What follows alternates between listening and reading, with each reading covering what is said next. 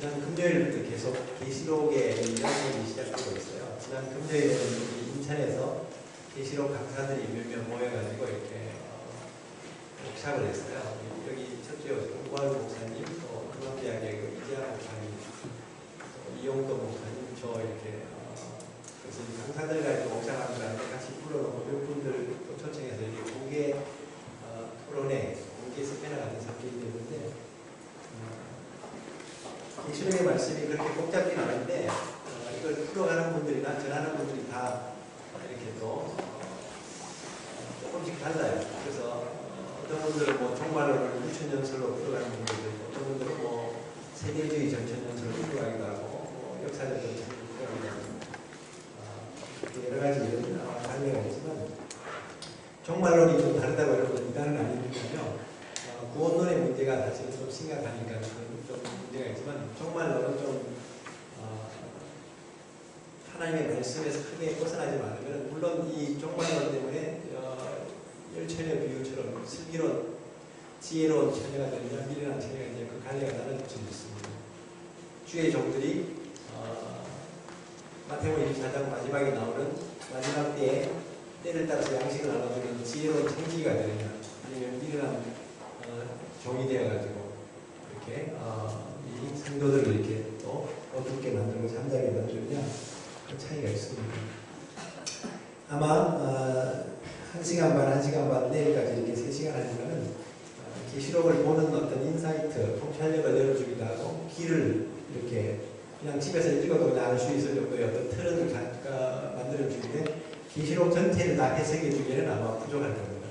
그래서 제가 이 강의를 2년 동안 다듬어 놓은 강의니까 여러분들은 그냥 나가실 때 한 번씩 그냥 가져가시면 되겠어요. 공짜는 아니고 제작 고가가 7,000원인데 7,000원에 드릴 테니까 원래는 지난 학기까지 10,000원에 팔았는데 여기에 계시록 본문도 들어있고 해설과 도표들이 다 들어있습니다. 정말 아침에는 아침밥을 먹고 점심에는 점심밥을 먹고 저녁에는 저녁밥을 먹어야 되죠. 마지막 때는 마지막 때 양식을 먹어야 되는데 계시록을 지금 다 이렇게 덮어놓고 믿고 있어요. 제일 무서운 사람들이 덮어놓고 믿는 사람들이에요. 그러니까 그냥 막 우기고 씌우는데 그냥 감당이 안 돼요. 그 자녀들이 부모에게 막 덮어놓고 얘기하는데 제일 무서운 애들인 것처럼 분명히 인봉하지 말라고 성경에서 이렇게 말했는데 이걸 열어서 하나님이 우리에게 어렵다면 표현 안 했을 거예요. 어떤 사람들은 너무 성경에 이렇게 보여주는 만큼만 봐야 되는데 너무 더 들어간다든지 더 진행하니까 그게 사실은 문제가 많은데 저는 강의도 그렇지만 제 신앙은 단순하고 아주 담대해가지고 그냥 사도 바울이 로마서를 대강 담대히 기록했다고 했는데 저도 계시록을 대강 담대히 가르칩니다. 너무 여러분들 심각하게 오는 것이고 아주 어려운 것도 제가 쉽게 푸는 은사가 있기 때문에 그렇게 하기도 하고 또 다양한 그런 이런 어떤 이 접근법들이 있긴 하지만 저는 성경을 성경으로 푸는 반드시 성경 신약과 구약이 짝이 있고요. 또 계시록 안에서도 계시록과 계시록을 풀어주는 그런 어떤 이 짝이 있는데 그런 평행 본문을 잘 가져와가지고 이렇게 풀어나가면 하나님이 다 보여주는 만큼 보면 돼요. 근데 성경이 설명을 안 하고 이것들을 너무 나간다든지 그러면 이제 이 계시록 22장에 보니까 플러스 마이너스의 저주가 있어요. 이 예언의 말씀에서 더하면 재앙을 더하실 것이고 빼면은 그 성에 들어가는 데서 재해버리신 거예요. 그러니까 무슨 뭐 정그리스도 이런 데 나오더라도 여러분들 뭐 그놈이 누군지 너무 그렇게 관심 가지는 것도 너무 오버하는 거고 아무튼 정그리스도 그러면 지구상의 역사 가운데 기독교 역사에서 가장 악랄한 놈이 하나 나와가지고 저 무적에서는 짐승이 인재해가지고 이제 완전히 그냥 사탄같이 통치하는 그런 지구상의 어떤 지도자보다도 더 아주 악독한 그런 이 하나님을 대적하는 그런 지도자가 있을 겁니다. 그런 정도만 보면 되지 뭐 목에 교황이다 아니면 무슨 또 뭐 히브리 유대인이다 뭐 이렇게 자꾸 추정하다 보면요 가슴도 그때 가서 안 입고 어떡할 거예요. 정황은 다 있어요. 그러나 그걸 너무 이렇게 절대화 성경이 아닌 본문에서 절대적으로 적용하다 보면요 의견이 달라지면 부딪히기가 쉽습니다. 한국의 큰 신학의 두 갈래가 개혁주의와 세대주의로 주로 많이 이렇게 나눠지는데 개혁주의는 주로 이제 장로교나 뭐 이런 무천연설을 주로 이렇게 많이 세대주의는 이제 순복음교회나 감리교회나 뭐 침례교회나 이런 교회들이 주로 환란 전에 이제 휴거한다고 이렇게 주장드리고, 이 세대주의는 역사적으로 6천년 시대, 7천년이 이제 천년왕국을 보기 때문에 그 창세기부터 노아까지를 무슨 무제 시대, 또 무슨 언약 시대, 무슨 율법 시대, 구약을 신약 또 무슨 언약 시대 이렇게 우리 부정호상이 잘 배웠지 않습니까? 이렇게 세대별로 이렇게 7천년의 역사를 나누는 것을 세대주의라고 하죠. 그리고 환란전에 이제 휴거한다고 이렇게 가르치는데, 그러니까 이 문자 그대로 해석을 많이 해요. 그러니까 우리 이스라엘 사역하는 팀들을 세대주의 종말이다 이렇게 오해하는 게 이제 이스라엘을 너무 강조하니까 그렇게 이제 되게 쉬우긴 하죠. 그러나 세대주의가 뭔지, 세대주의 종말론이 어떤 주장인지를 모르면서 이렇게 그냥 또 이스라엘 사역하기도 하고지도 않고 여기 있는 유대인들이 와서 전하는 설교나 그분들이 쓴 책들을 보지도 않고 덮어놓고 그냥 이렇게 몰아가는, 앞으로는 마지막 때가 되면서 좀 위험에 주의하라 그랬는데, 그냥 몰려다니고 어떤 총회가 뭘 결의한다 해서 그걸 진리처럼 이렇게 따르고, 이게 정말 무슨 일이 됩니다. WCC 그런 행태도 우리가 봐서 알겠지만요.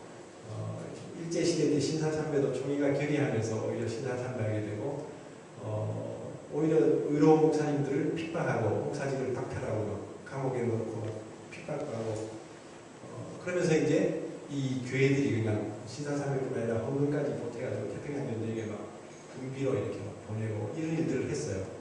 그러니까 나라가 잿더미가 되기 위기거든요. 우상숭배는 하나님이 반드시 이렇게 심판하시는데, 앞으로 오는 시대에 짐승의 그 통치 시대에 이런 666과 같은 하나님의 시대에 받지 말라고 하는 이 표들을 받게 하는 일들의 교계가 말을 결의한다면 성도들은 미련하니까 따라갈 수 있는 거예요.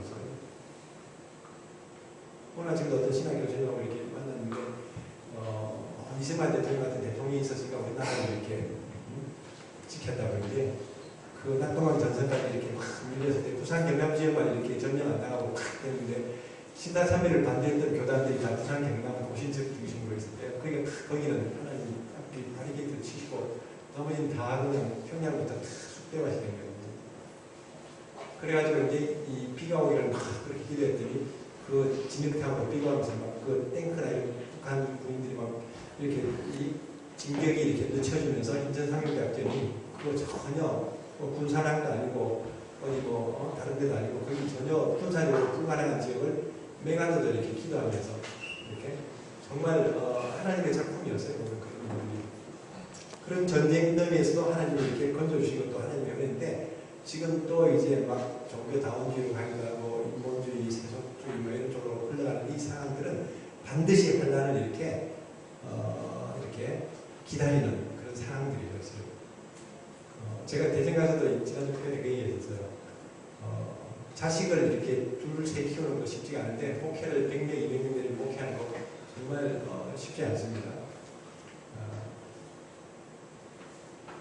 근데 하나님이 이 준비도 안 된 이 신앙들, 이런 성도들을 그냥 환란전에 데려가가지고 100년만 목회하시는 분들은 좀 견딜만 하시겠지만, 영원한 목회를 그 수준들을 데리고 목회하시는 하나님이 돌아가시지는 않겠지만 얼마나 하나님이 이렇게 정말 힘드시겠어요. 반드시 복음으로 돌아가게 하시고 하나님 앞에 서게 하시고 정말 진리 가운데 서게 하시기 위해서 반드시 연단하시고 하나님이 훈련하시는 것이 이 고난이고 또 이 환난인데, 이걸 무시하고 그냥 이렇게 휴거된다, 또 안일하게 만드니까 교회들이 다 잠자는 것이었어요. 정황으로 볼 때도 이건 하나님은 그런 하나님이 아니시죠. 사실은. 그래서 제가 이제 이 계시록을 이렇게 보면서 이제 이렇게 읽기만 해도 이제 이렇게 올 수 있도록 좀 이렇게 어떤 틀을 좀 이렇게 놔두고, 여기 8페이지짜리는 그냥 이 책에 그냥 요약에 불과하고 본문은 제대로 들어있지 않습니다. 본문은 거의 나갈 수는 없는데 해설이나 삽격이 나오는 부분들은 조금 어려운 그 해석의 부분들은 조금 팁을 이렇게 드리기도 하지만요.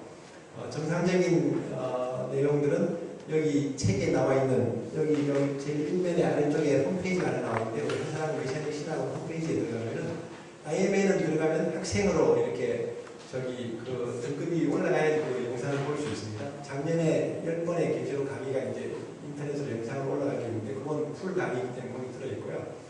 유튜브에도 거기가 안 올렸어요, 작년에. 그렇기 때문에 그 홈페이지만 볼 수 있고, 여기 한사람 신학은 여기 홈페이지 여기 들어가면 여기 그냥 회원에 관계없이 로그인만 하면은 그냥 그 10번의 강의가 있으니까요. 이 책만 가져가서 그냥 강의를 끝날 때 한번 보시면 됩니다. 그래서 주주 오늘 내일 하는 강의는 그냥 이렇게 길만 닦아놓는 거니까 나머지들은 이렇게 본문이나 이런 내용들을 좀 자세히 보시면 되겠습니다. 할렐루야. 네. 오늘 우리 목사님들이 많이 오셨는데 이 목사님들이 하나 둘 셋 넷 다섯 분 오셨네요. 지금까지 6명이에요.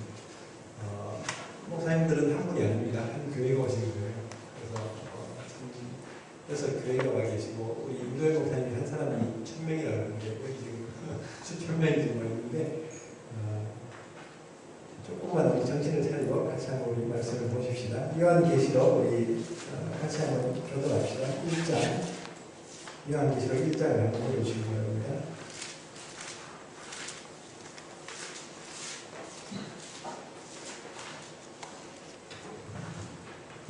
1, 2, 3절 우리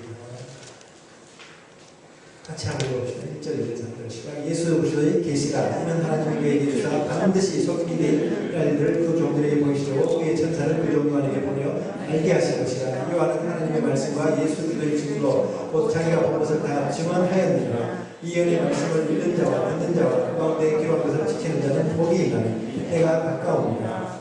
네, 서론이고요. 결론에 가서 22장 1절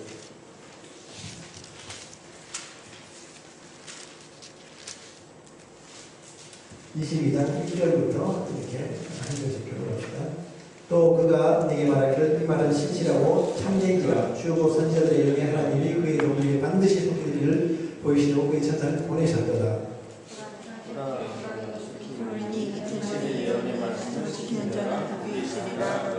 이것들을 보고 들은 나 요한이 내가 듣고 볼 때 이 일을 내게 보이는 천사의 발 앞에 경배하려고 엎드렸더니 그가 내게 말하기를 나는 너와 네 형제 삼세라고 또 이 말을 지킨 자들과 함께 죽는 위하여 하나님께 경배하라.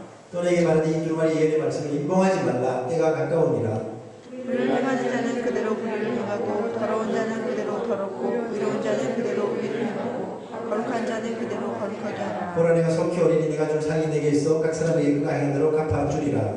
나는 알파 오메가요 처음과 마침이요 시작과 마침이라. 자기 두마리를 빠는 자들은 복이 있으니 이는 그들이 생명나무에 나아가며 문들을 통하여 성에 들어갈 권세를 받으려 함이로다. 이들과 신실자들과 미혹한 자들과 살인자들과 우상숭배자들과 및 거짓말을 좋아하며 지어내는 자는 다 형벌케 있으리라. 나 예수는 교회들에게 내 사자를 보내어 이것들을 너희에게 증언하게 하였노라. 나는 다윗의 부녀 자손이 곧 강명한 새벽별이라 하시더라. 성령과 신부가 말씀하시기를 오라 하시니라.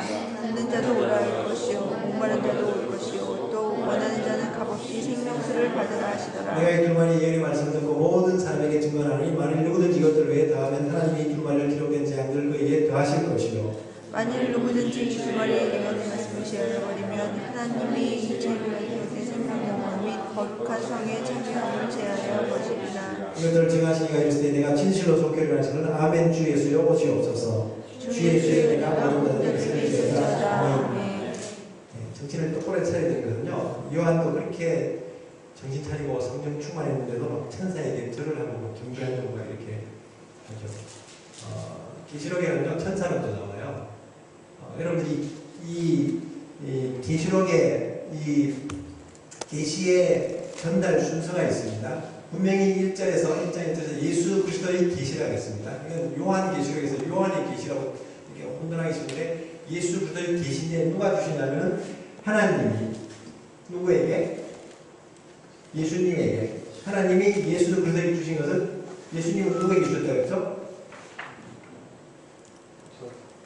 그 천사라고 나오죠? 아무 천사가 아닙니다. 그 천사입니다. 그 천사에게 주신 것을 그 천사가 누구에게? 요한이죠. 요한에게.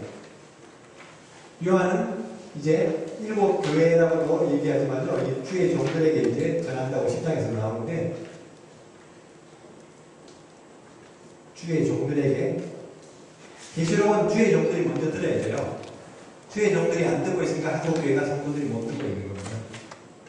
이상하게 이 이단들이 먼저 계시록을 손대고 막 이렇게 뭐 무슨 절기니 뭐니 중요한 것들은 다 이렇게 선정을 했고요.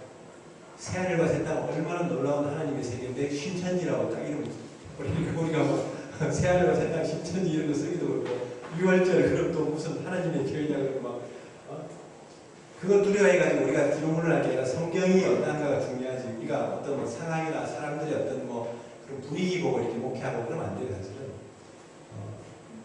주의 종들이 사실은 어디 가서 요한계시록 공부한다 그러면 하지 말라고 말리기가 또 급급하지 어떻게 공부하는지 그걸 알아보려고 하지는 않고요. 무슨 뭐 TV에서 IBS 공부한다 그러면 눈에 상심지를 켜고 이제 잘못된 거 찾아내려고 오늘 아마 안테나를 세워가지고 저 박재남 목사가 가르치는 종말론과 나하고 뭐가 다른가 이렇게 그런 분들은 전혀 발전이 없는 줄 아시는 분들입니다. 항상 어디 가서도요 목사님들이나 그 모임에서 은혜를 받으려면 자기의 어떤 이 신학이라든지 그런 어떤 주장을 조금 내려놓고 그 다음에 받고 나서 나중에 성령님과 함께 이렇게 또 이 구조를 해나가면 되는데 항상 나는 분명히 환란전 죽었는데 저건 분명히 지금 환란을 통과한다고 얘기하는데 다르다 이렇게 하면서 우선 다치면요 그 다음에 진짜 들어가야 될 말씀이 안 들어가고 있어요. 이게 정말 손해보는 일이에요. 이렇게 그 천사들이 보낸다 그랬어요. 그럼 이 성경이 분명히 시작하면서 계시의 전달 순서를 하나님으로부터 예수로부터 그 천사 요한 주의 종들이면 요한에게 이 계시를 지금 전해주고 있는 분이 예수님입니까? 천사입니까? 천사예요. 여기서부터 여러분들 상식이 깨져야 됩니다. 22장에서도 지금 천사 앞에서 막 예수님인 줄 알고 경배하려고 하잖아요. 놀랍게도 저는 계시록 가르칠 때 1장에 나오는 분은 예수님을 안 가르칩니다. 예수님의 형상을 가진 천사예요. 벌써 이제 막 마음 닫는 분이 이제 나오고 저도 예수님인 줄 알았는데 아니에요. 식당에 나온 천사 보세요. 힘센 천사가 나오는데 얼굴이 해 같아요.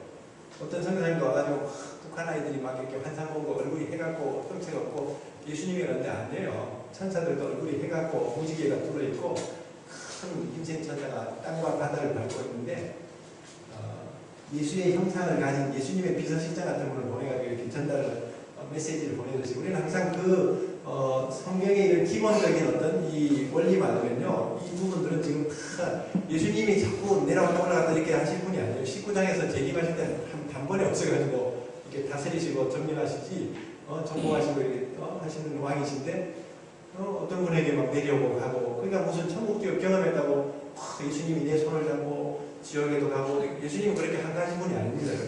그런 저기 무슨 그 체험 간증들 계시록만 공부해도 다 나와요. 더 얘기할 게 많은데 괜히 자존심 잡고 계시잖아요. 정말 주의 종들에게 여기도 아까 여기 나왔잖아요. 반드시 속힐 일들을 하나님이 그 종들에게 보이시려고 이 천사를 보낸다고 이렇게 말씀하고 있죠. 그래서 이제 이 요한이 왜 일곱 교회 해필이면 그 당시에 놀라운 예루살렘 교회, 안디옥 교회 이런 뭐 에베소 교회 이런 교회들 큰 교회들 많은데 왜 일곱 교회들 이거 이름도 별로 없고 전통도 없고 뭐 외형적으로 볼품도 없는 뭐 규모도 별로 크지 않은 이런 교회들도 있는데 이 교회에 보냈을까? 누가 질문하더라고요. 계시록 공부할 때 질문하는 때 뜨끔뜨끔해 사실. 왜냐면 너무 심각한 질문, 모르는 질문하면 이렇게 당황스러울까 이제 가만히 생각해보니까 요한이 어디서 계시를 받습니까? 반모선이잖아요. 반모선에서 제일 가까운 교회가 어딜까요? 소아시아 일곱교회입니다. 우리가 너무 복잡하게 생각하는 거예요. 요한이 자기가 있었던 지역이 에베소였고 자기 고향 교회들이고 가까운 교회들이고 근데 그 일곱 교회를 임의로 택한 것처럼 보이지만 하나님은 다 섭리 가운데서 그 교회들을 통해서 그 시대의 교회들을 대변해주고 있고요. 기독교 역사를 통해서도 그러한 유형의 교회들을 우리에게 지금 계시해주고 있습니다. 반드시 예언은 이중성이 있습니다. 역사적인 예언이 미래적인 예언과 연결되어 있어요. 이걸 이제 우리가 계시록을 해석하는 그 TV로도 거기 써져 있는데 이 계시록을 해석하는 두 가지 팁이 있는데 첫 번째가 예언적 원근 한 2페이지가 3페이지 안 나와 있을 거예요. 상시법 이걸 주장하신 분이 누구냐면 한토니 A. 후크라는 분입니다. 굉장히 아주 놀라운 이론을 얘기했는데 예언적 원근 통신법이 뭐냐면 하나님의 말씀은 그 당시에도 이렇게 적용되고 이루어지지만 그 말씀은 오고 오는 그 시대에도 그 말씀이 동일하게 역사함으로써 완성되는 그 예언의 이 역사적인 예언과 미래적인 예언의 이 통합적인 그런 어떤 시각. 그러니까 이걸 지금 계시록을 잘못 해석하는 분들 특징이 뭐냐면 역사적인 해석으로 끝나버려요. 요한 당시에 로마 시대 때 이 환난과 핍박을 얘기하고 있는 것으로 끝내버리기도 하고요. 그러니까 또 오는 시대에 어떤 분들은 지금 기독교 2000년 시대에 벌써 이 예언이 이루어져 왔다고 얘기하면서 무슨 3분의 1의 죽음도 이미 전쟁을 통해서 일어났었고 기근과 재앙이나 지진도 일어났었고 하면서 지금 몇째 인인이 몇째 나팔이 오는지 막 이렇게 얘기하는데 그건 70일에 다니엘의 9장의 그 70일의 섭리를 이해를 못해서 그래요. 마지막 한 일회의 대환난을 말하고 있는데 69일에가 이제 예루살렘 성벽을 재건하고 나서 그 마지막 페이지에 보면 다니엘과 요한계시록 도표고 그 70일의 그 도표가 나오는데 7일회가 49년인데 7일회가 지나고 왜 이게 원래는 1회가 7일이잖아요. 한 1회가 7일이잖아. 한 1회니까. 그럼 7일이니까 7일 곱하기 7이면 49일이 돼야 되는데 유대인들은 히브리적인 사고는 7이 겹칠 때는요. 이걸 1로 계산하지 않고 연으로 계산하는 히브리적인 사고에서 나오고요. 그러니까 1회라는 것은 49년 그러니까 BC 445년에 느헤미야가 성벽을 재건하기 시작부터 성벽이 완성되는 데까지가 7일회가 지나고 그 다음에 62일회가 지나서 메시아가 와서 그 기름 부은 자를 끊어지고 그게 이제 예수님의 탄생과 죽음과 부활까지를 62일에 62 곱하기 7하면 483년인가요? 그렇게 해서 이 49년에 483년 69일에 그래가지고 70일 중에서 69일에가 예수님까지 와서 이제 완성됩니다. 그럼 마지막 한 일회가 남았는데 마지막 한 일회가 7년인데 유대인들이 메시아를 거절함으로써 이제 이방인의 구원의 시대, 교회 시대, 은혜의 시대가 2000년이라는 개입이 생겼죠. 그러면서 마지막 한 일회가 유보된 것이 7년 대환난이라고 일컫는 마지막 한 일회의 환난으로 가는 그게 70일에 다니엘서 9장과 계시록의 그 도표 맨 마지막 도표가 그 도표입니다. 그게. 그래서 그런 구도를 알고 우리가 이제 보는 게 중요합니다. 그래서 이 계시록에 나오는 이 예언적 원근 통치법이라는 이런 통찰력을 가지고 우리가 볼 수 있어야 되는데 계시록의 해석을 너무 미래적으로만 본다든지 또 너무 이렇게 이 과거적으로 로마와 이 기독교의 싸움에서 이제 기독교의 승리로 끝나는 이런 어떤 무슨 상징적인 해석으로 본다든지 그 시대의 상황으로 제한을 그런 그리고 해석이 안 되니까 이제 무천년이 나오는 거예요. 천년왕국 이거 해석이 안 되는 거예요. 왜냐하면 종교개혁자 루터도 계시록을 보다 보니까 너무 이 숫자가 많이 나와. 그래서 이 수수께끼가 있고 무슨 7머리 10뿔이 나오고 666이 나오고 무슨 심판이 7번 나오고 전부 숫자가 들어가니까 너무 막 모르겠다고 이제 덮어버렸어요. 이제. 그리고 켈빈도 성경의 모든 주석을 다 썼는데 계시록이 주석이 없어요. 1장, 2장, 3장까지 너무 괜찮은데 4장부터가 이제 아이러니야. 이제 그게 안 풀리니까 이제 덮어버린 거예요. 그러니까 자기 믿음의 참 이 멘토 같은 이런 영적인 이 사도 같은 분이 이렇게 덮었는데 자기가 감히 이걸 외려하니까 이 겸손한 종들이 이거 열어져요. 그러니까 아예 그냥 알려고 노력을 안 하는 거예요. 이제. 놀랍게도 계시록을 이렇게 깨닫지 못하니까요. 계시록은 성경의 결론이거든요. 모든 성경의 완성이 계시록입니다.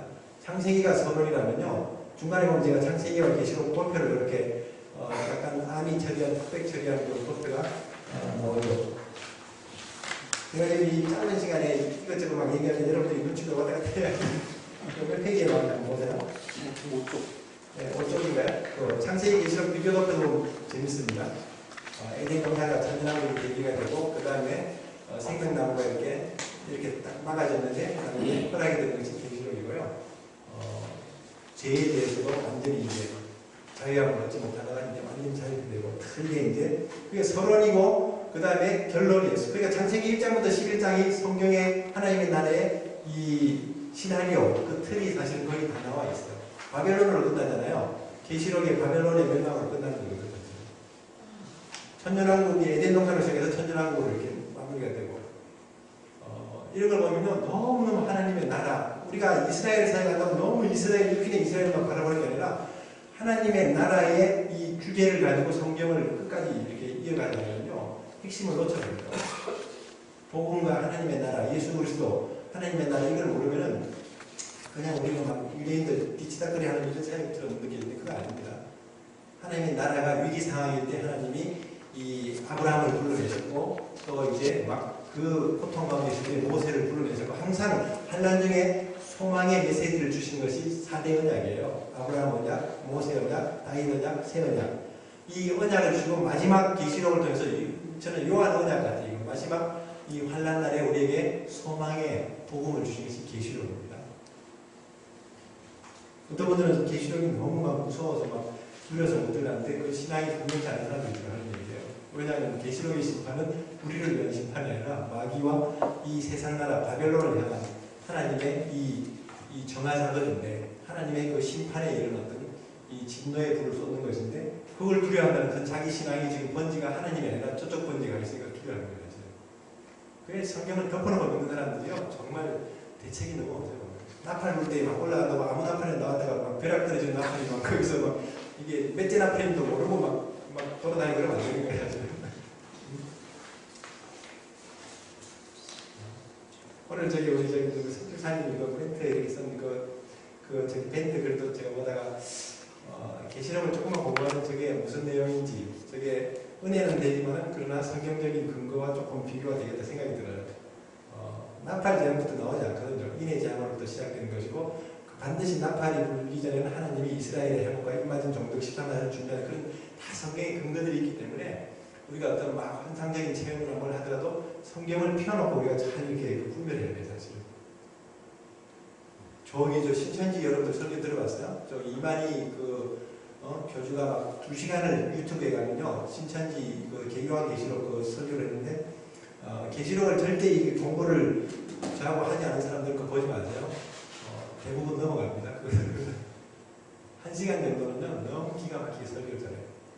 이사야서도 인용하고 마태복음 24장 복음서 서신도 다 이 사람도 그냥 성경을 모르는 사람이 아니에요, 보니까. 근데 1시간 넘어가면서부터 이제 자기가 새 말씀이고 새 요한이고 그러면서 이제 이 계시록을 받은 유일한 해석할 수 있는 유일한 이런 사람이라면서 점점점 이제 자기 실체가 드러나는 거예요. 그러니까 얼마나 이게 말을 이렇게 잘하는지 그냥. 그러니까 이 말씀의 칼을 아주 예리하게 준비하자면요, 무슨 포스터 붙여놨다고 신천지가 막 출입 안 하는 게 아니라 귀신들이 귀신같이 드나들기 때문에 알 수가 없는 거야. 그러니까 정말 성도들을 말씀으로 잘 무장시켜놔야지 이길 수가 있지. 무슨 표 붙여놓고 현수막 붙여놓는다고 되는 문제가 아니에요. 요즘 서울에 있는 웬만한 교회들 다 무너지는 거 쪼개지고 하는 거 전부 신천지 짓이에요. 저는 어떨 때는 사랑의 교회도 저기 막 한쪽에서는 성령을 주겠다고 막 잔치하고 있고 한쪽 바깥에서는 막 바깥에서 피켓 들고 막 하는 거 보니까 10명 중에 1명은 신천지가 있을 수도 있어요. 반드시 어디 대모할 때 보면 버스 부대가 와가지고 막 노조가 하듯이 반드시 섞이게 가만히 들어와서 그렇게 문제를 지을 수도 있는 거예요. 아무튼 우리는 상한 편이 어느 편도 서서는 안 되지만 정말 앞으로는 주의해야 되고요. 정말 하나님의 사역자들이 바로 말씀을 잘 전할 수 있도록 우리가 기도해야 됩니다. 그래서 이 예언적 온도 통지법을 우리가 역사적인 예언, 미래적인 예언의 관점으로 이렇게 보는 측면이 중요하고요. 두 번째 제가 팁으로 써놓은 게 이제 해석적 뭐라고 써놨죠 이게? 영문통시. 이거는 이제 그 나오는 이름이 제 이름입니다. 제 이름. 이거는 무슨 얘기냐면은 해석을 문자 그대로 해석하는 그 원칙이 중요하고 가급적이면 3일이면 3일이지 그걸 너무 3년 이렇게 너무 해석한다든지 아니면 무슨 또 그냥 그 형상을 그대로 이렇게 해석해야 되는데 그러나 영적인 의미도 볼 줄 알아야 됩니다. 상징적으로 해석하는 의미가 아니라 반드시 그 문장 그대로 해석하면서 영적인 의미를 찾아낼 수 있는 그런 직관력, 그런 영적인 영감이 이제 중요한데 그런 해석들이 나와요. 나중에 공부하다 보면. 그래서 이런 이 관점으로 이제 이 계시록을 이렇게 보는 게 중요하고요. 또 이 계시록은 그 구조를 먼저 좀 살펴야 되는데, 제가 대전에 갔을 때 강의 시간이 너무 없어가지고 막 그냥 정신없이 했는데, 혹시 여러분들 계시록을 좀 공부해 보신 분 계세요? 개인적으로 좀 주석을 보고 연구해라 어디 가서 세미나를 한 번이라도 좀 들어보신 분들. 네, 목사님 들어보셨잖아요. 대전에는 한 60명이 이렇게 들어놨는데 아무도 공부 안 했더라고요. 그래서 마음대로 떠들었지. 그 무슨 갑자기 무슨 여기 김정철 감독이 누가 와가지고 막 간증을 한다는데 간증을 한 3시간 해버리니까 강의 시간이 없는 거야 완전히. 간증이 5시 끝났으니까 2시 반에 강의가 들어가는데 간증을 5시가 해요. 감독들은 간증을 시키면 안 돼. 그래서 그래가지고 막 1시간 정도, 1시간 반 정도 하고 이제 끝내버렸지. 그래도 계시록을 전혀 모르는 분들에게 이렇게 어떤 터치를 해주니까 너무너무 막 이게 좋아가지고 다음에 또 오라는데 올 시간이 있어야지. 이 계시록의 전체 구조를 좀 한번 이렇게 보시면요. 3페이지에 보면 그 도표가 나옵니다. 1장 19절에 보면 예언의 이 말씀을 이 요한에게 예수님이 천사를 보내가지고 19절에 무슨 말씀하시냐면은, 그러므로 네가 본 것과 지금 있는 일과 장차 될 일을 기록하라 이렇게 말씀하고 있는데, 이 본 것은 현재를 말합니다. 본 것은 과거죠. 본 것이니까. 그러니까 이 환상과 계시를 말하고 감모선에서.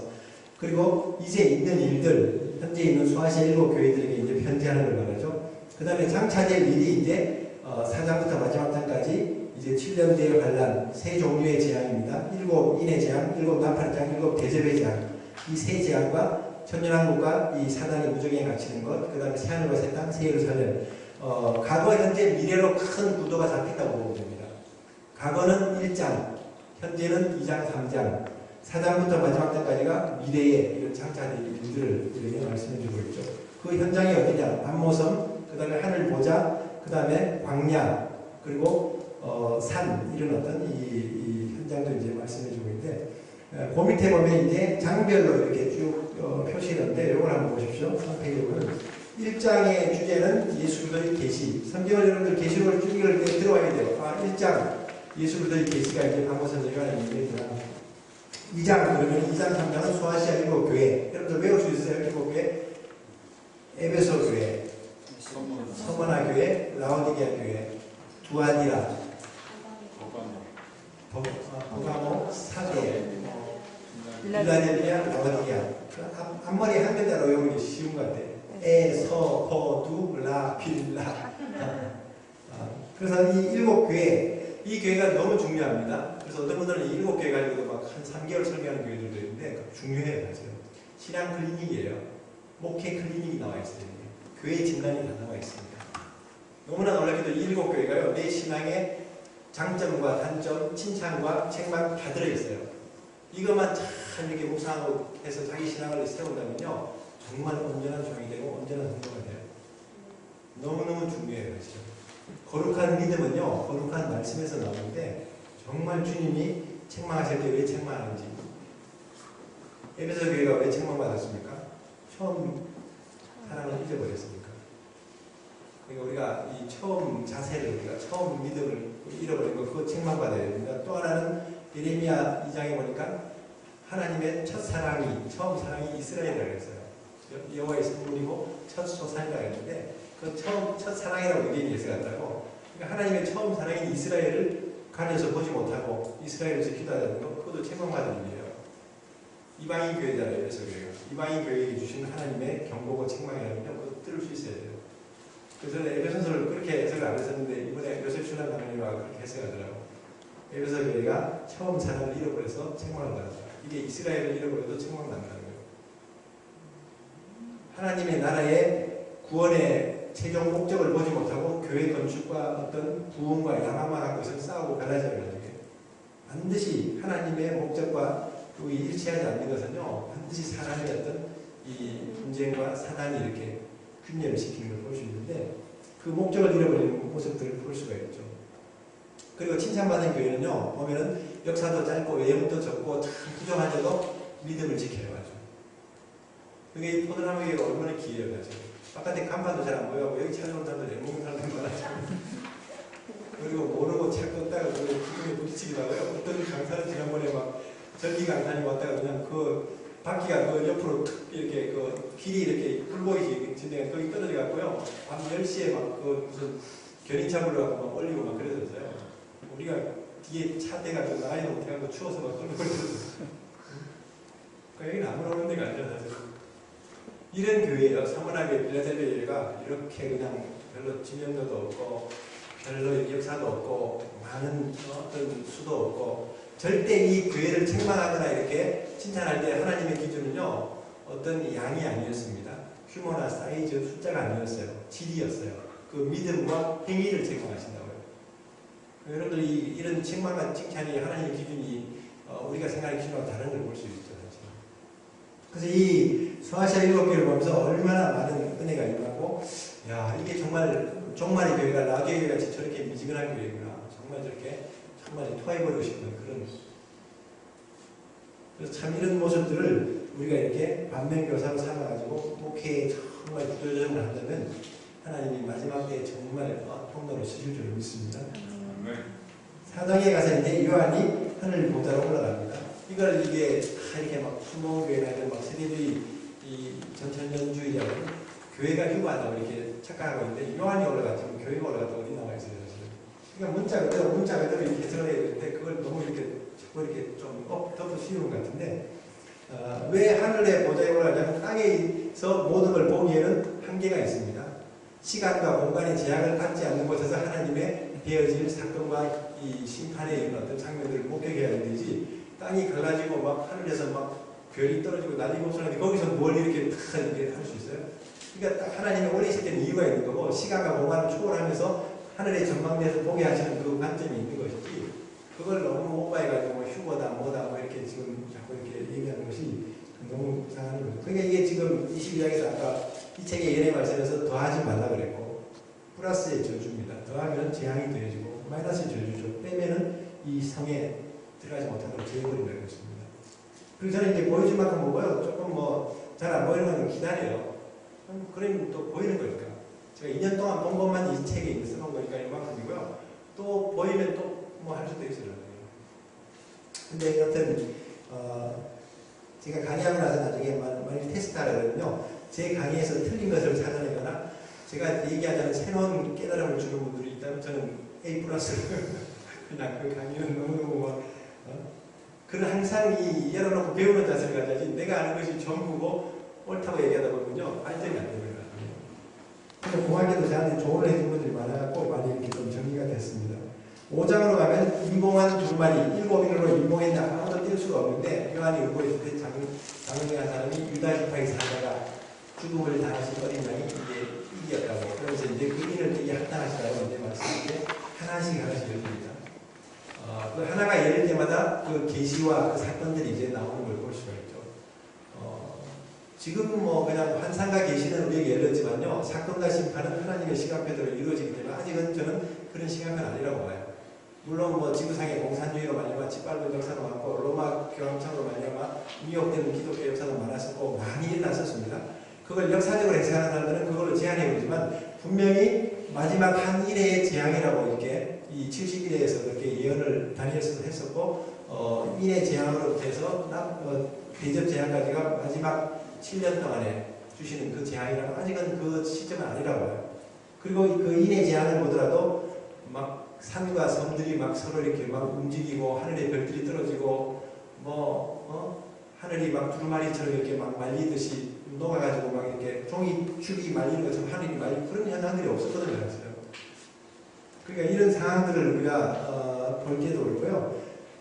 이 7페이지인가요? 6페이지에 보면 계시록의 심판 구조라는 인포페도 제가 이렇게 잘 설명해 왔습니다. 하나님의 심판이 3중력 7심판 또는 다른 말로 3대 7중 변화가 이렇게 나오는데 왜 이렇게 7인 7나팔 7대접이냐면요. 여기는 제가 설명 안 썼지만 레위기 23장을 가만히 읽어보면요. 하나님의 심판이 7배로 나타나요. 반드시 하나님이 저주와 재앙을 줄 때는 7배로 이렇게 하나님이 재앙을 내리시더라고요. 그래서 여기 7 이런 재앙이 있고요. 하나씩 하다가 마지막에 7 나팔이 나오고 막 7 대접이 나온다잖아요. 여리고를 돌 때도 우리가 보면은 한 바퀴씩 돌다가 마지막에 7바퀴 돌니까 무너지죠. 여리고 한당같이 바벨론 섬, 이 세상 나라를 하나님이 무너뜨리시는 이게 하나님의 작전입니다. 이게 사실은. 우리가 막 마태복음 24장에 보니까 전쟁과 기근과 무슨 뭐 재난이 오고 미혹이 일어나고 막 죽이고, 근데 이것이 재난의 시작이라고 했잖아요. 그거 이제 킹제임스 버전에 보면 진통으로 나옵니다. 이 버스트 펜이라고 해갖고 영어로 해산의 진통입니다. 이 진통은 어떻습니까? 우리는 애기 낳아봤지만 하여튼 뭐 애기 낳는 사람도 진통이 점점점 강해지잖아요. 이 심판이 점점점 강해져요. 4분의 1의 재앙이 인의 재앙이었다면 3분의 1의 재앙이 나팔 재앙이고 전면 재앙이 대접 재앙이고 점점점 재앙이 더 강력해지고 빨라지고 고통스러워져요. 그러다가 하나님의 나라가 도래하는 겁니다. 처음 하나가 처음 하나는 완전히 갈아엎어버리고 새하늘과 새 땅에 임하는 거예요. 예수님이 공생애에서 가장 먼저 하신 사역이 뭔지 아세요? 우리 주목사님, 예수님 제일 먼저 뭘 하셨죠? 공생애에서? 대부분 가나 혼인잔치를 얘기하는데 그건 예수님의 뜻이 아니었습니다. 엄마가 하도 이렇게 설계우니까 그냥 마지막으로 들어준 게 가나 혼인잔치인데 바로 다음 사건입니다. 성전을 전환시켰어요. 다 엎어버리잖아요.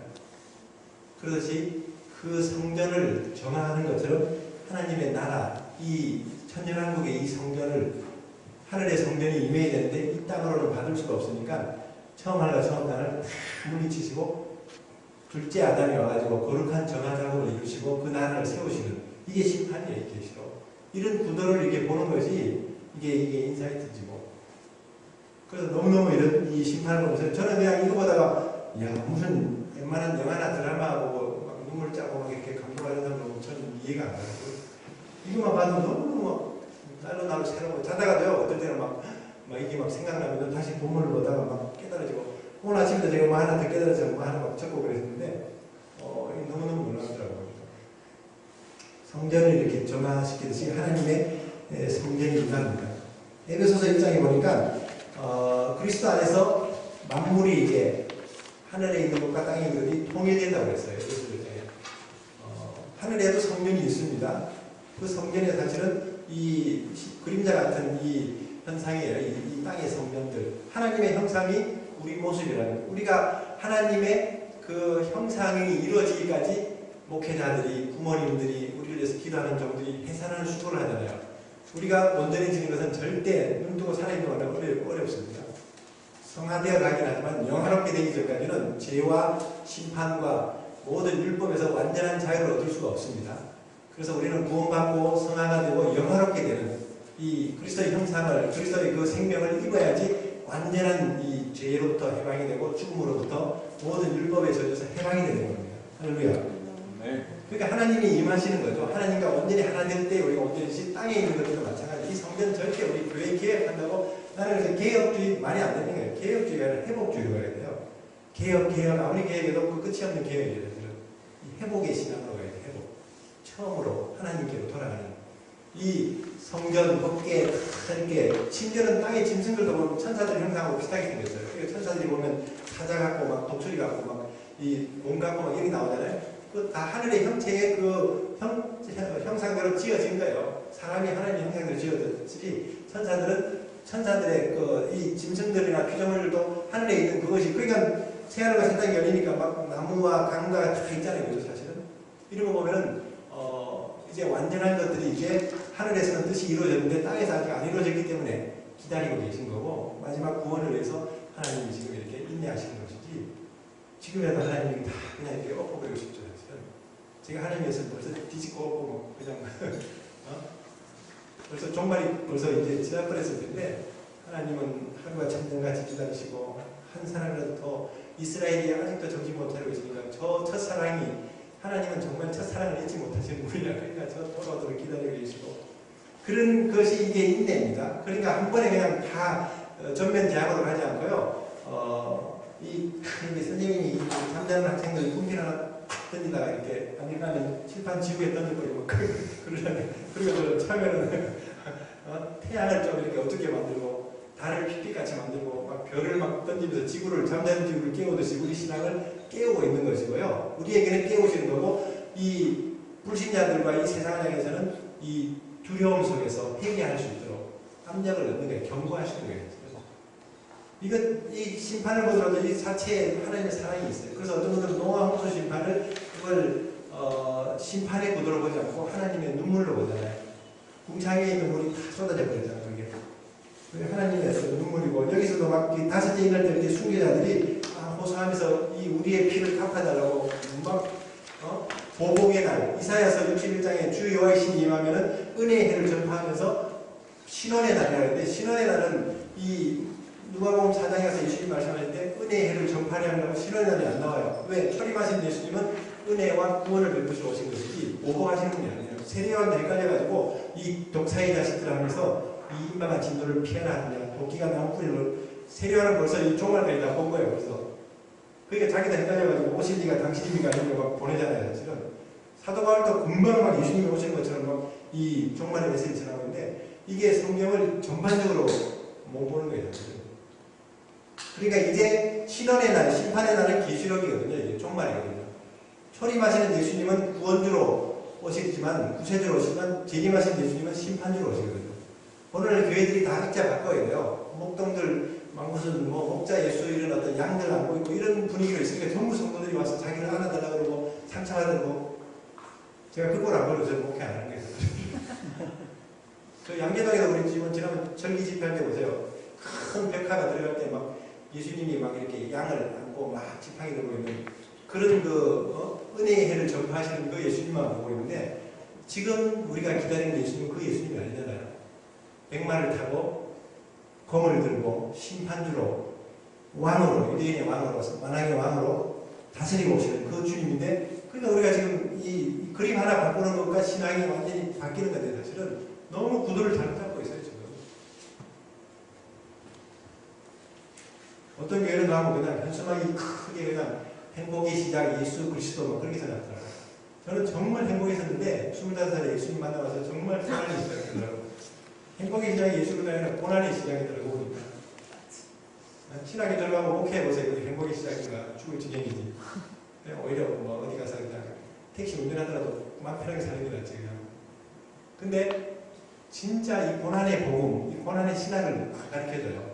신사도원이 그러니까 자꾸 이렇게 좀 이렇게 어려워지는 부분들이 이 종말론에 이제 조금 이렇게 핀트가 틀렸어요. 사실은. 신사도운동이 종말론 예기로한 것에 의한다면 후천년과 이 후천년설이 믹서돼가지고 이상적인 하나님의 나라, 팬밀레니엄이라고 범천년왕국을 만들어서 예수님이 오시다 이런 어떤, 거기는 절대 고난과 십자가에 대한 메시지, 환란에 대한 메시지는 없고요. 번영과 축복과 부의 어떤 것과 이런 얘기들만 말하는데, 이게 지금 얼마나 그 데이비드 윌커슨 목사님의 그런 메시지가 탄식하는 게 바로 그런 것 때문에, 사실 자기 안위와 자기 목적과 자기 문제 해결과 이런 신앙으로, 그러니까 기복신앙이 돼가지고 이 기독교가 타락하는 게 사실 우리의 뜻을 이루려고 예수님 믿는 게 아니라 하나님의 뜻을 이루는 것이고, 하나님의 영광을 드러내기 위해서 우리가 이렇게 내 영광을 위해서 창조한 자를 내게 오라고 이렇게 말씀하신 것처럼, 우리가 그런 게 중요하죠. 자녀가 자랄 때 보면 부모의 기쁨이 되고, 자녀가 온전하면 정말 부모의 영광과 이 기쁨이 되는 것처럼 우리의 모습이 하나님의 영광이 되는 것이지, 그 문제 자체에만 머물린다면 그건 목적이 아니죠. 그래서 우리가 이 계시록을 통해서도 이 성경 전체 하나님의 나라와 하나님의 그 마지막 이 구원의 목적을 이렇게 볼 수 있는 그 좌표를 우리가 볼 수 있습니다. 이게 이제 일곱 심판과 나팔들 이런 재앙들이 이렇게 나오는데, 이것도 조금 이제 설명할 때 이렇게 하시면 좋겠고요. 아까 저기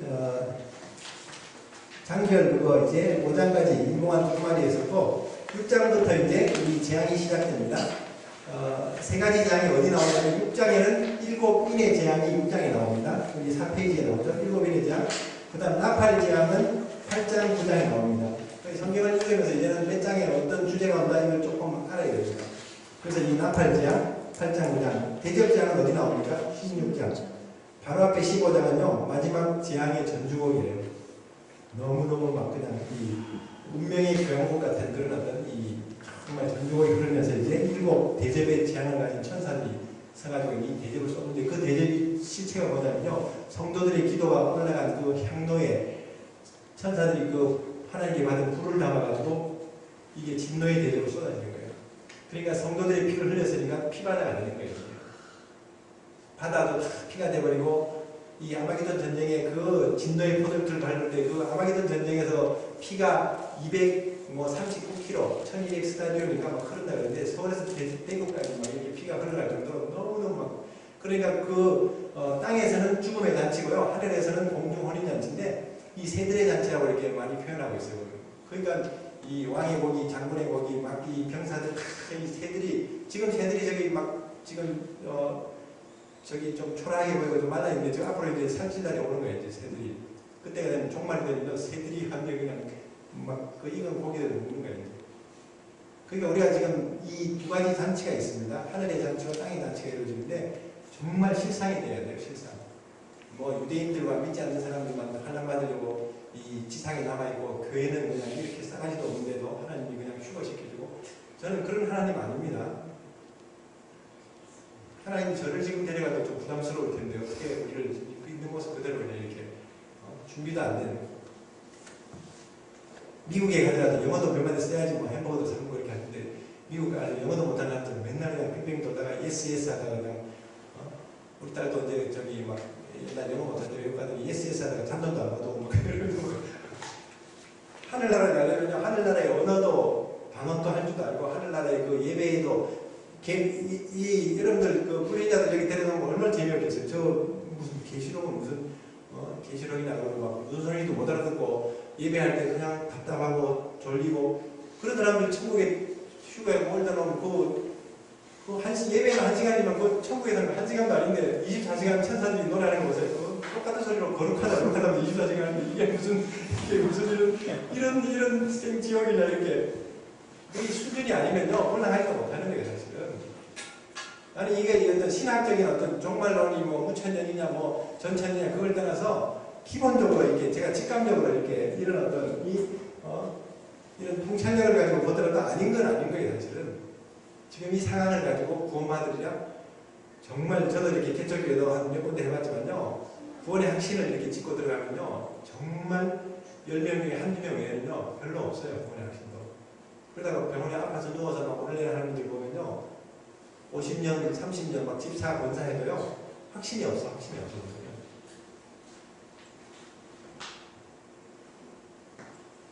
하나님이 살아가시기 때문에 이렇게 우리에게 이런 고난도 주셔가지고 하나님만 주목하게 하는 거죠 사실.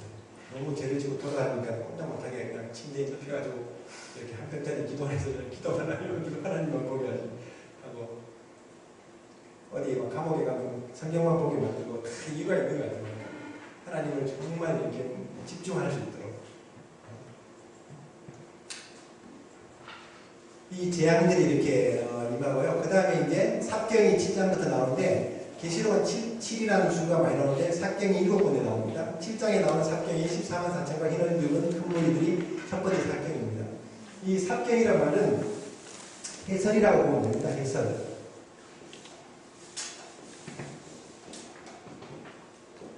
이거 마치 무슨 음악회에 가면 이렇게 안내 이런 어떤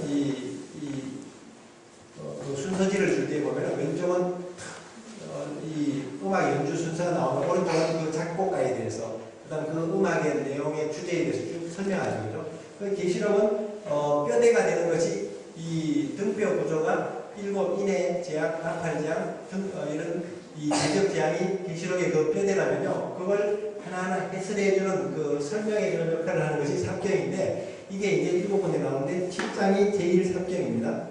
14만 4천에 대해서도 논란이 참 많습니다. 그러나 계시록을 여는 키가 있다면 이스라엘이에요. 이스라엘을 모르고 계시록을 열면요 이거 안 풀려요. 14만 4천 영적인 교회, 참 교회의 무리들 이런 식으로 세워버리고요. 저 과천에 있는 저 무리들은 자기들이 14만 4천이고 막 거기에 예수님이 재림한다고 스가랴서가 찢어버렸는지 거기 감람산에 예수님이 오시다는데 과천이 감람산이 되어버린 거예요.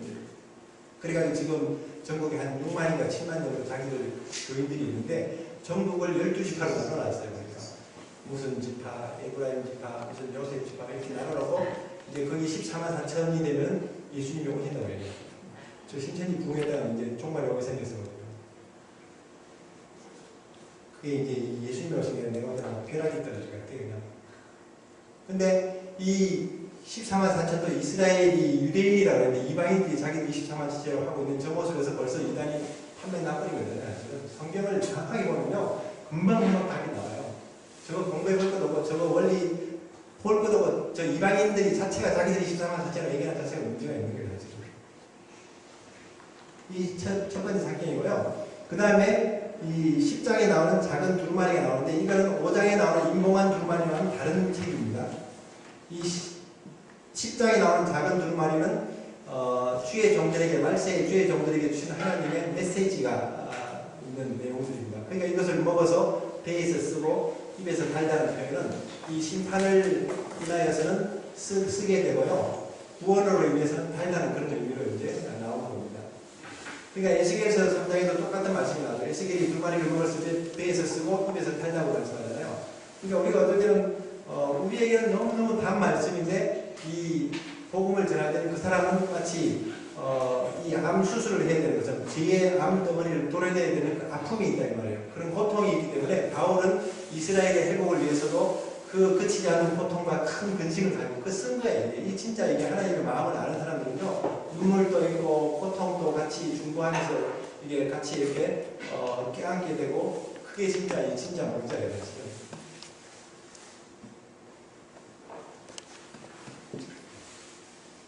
제가 어느 날은 여름에 그냥 이렇게 너무 동네 그냥 요즘 뭐 무슨 지금은 조용하지만 그 막 매미들이 너무 막 맹맹맹맹 하고 저 다 잡아들일 수가 없고 그냥 저거 그냥 뭐 어디 없어지지도 않고 너무 막 시끄러우니까 자다가도 새벽에 막 매미 소리 때문에 막 잠을 못 자는 거야. 왜 저렇게 뭐야? 저것들이 7년 동안 땅속에 있다가 와가지고 하늘 푸는 것도 아니고 그래서 내가 막 검색해봤더니 제가 순놈들이더라고. 순놈들이 암놈을 부르는 소리래요. 7년 동안 땅에 있다가 7일 산대요. 7일. 조금 많이 살면 한 일주일 살까? 보름 정도 살고. 근데 최선을 다해서 암것을 부르는 소리예요. 그게. 신부를 부르는 소리인데 맹맹맹맹 하면서 암것 가도 이렇게 짝짓기 하면요. 이제 이 거룩한 운명을 이제 달리해서 이제 허물을 먹고 이제 가는 거야. 이 생애가 너무 아름다워. 7년을 예비하고 7일 사회 가다가 이렇게 딱 가는데 우리는 7일 성경 공부하고 7년 사회 가고 뛰어들니까 다 생각을 잡는 거예요. 신학교 4년, 7년 다니고 나서 70년 목회하려고 하니까 얼마나 많은 사람들이 들이지 않겠어요. 그럼 신학교 안 하는 사람들은 더 그냥 성부당이 살아가는 거예요. 거기서 나는 벌써 이 매미에게도 교훈을 얻어. 그리고 저렇게 매미가 부르짖는 소리가 마태복음 23장 39절로 듣는 거 하는데 37절에 그러니까 예루살렘아 그렇게 예수님이 막 신부된 예루살렘을 신랑이 오시는데 신부가 준비가 안 되는데 신부가 지금 자고 있네. 신부가 지금 이렇게 그냥 죽은 것처럼 뼈다구 같이 이렇게 마른 뼈다가 서 있으니까 이 깨우시는 거야 신부를. 예루살렘아 내가 얼마나 너를 품으려고 했느냐. 왜 깨닫지 못하고 왜 듣지 못하고 보지 못하고 왜 이렇게 넘어져 있냐 하면서 나를 부르짖으면 이제 내가 올 텐데 바루카바 베세마 아도나이 하면서 이제 나를 맞이하는 오겠다고. 제가 매미 소리 듣다가요 갑자기 주님의 신부를 향한 그 주님의 음성처럼 들리니까요 자다가 눈물이 팍 이렇게 흐르더라고요. 뭐 여간해서 여러분들 감동 안 받으니까